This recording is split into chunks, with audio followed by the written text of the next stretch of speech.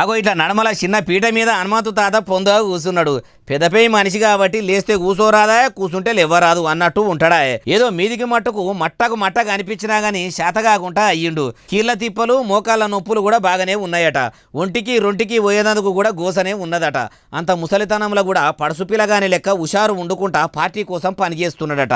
ఇప్పుడు హనుమంతు తాతకు ఎందుకు దీక్ష చేయాలనిపించింది? ఏం దీక్ష అంటారా? ఏం లేదులా, మొన్నటి సంది తిరుపతి లడ్డు ప్రసాదం మొత్తం కల్తీ నెయ్యితోని తయారు చేసిండ్రని అంటుర్రు కదా.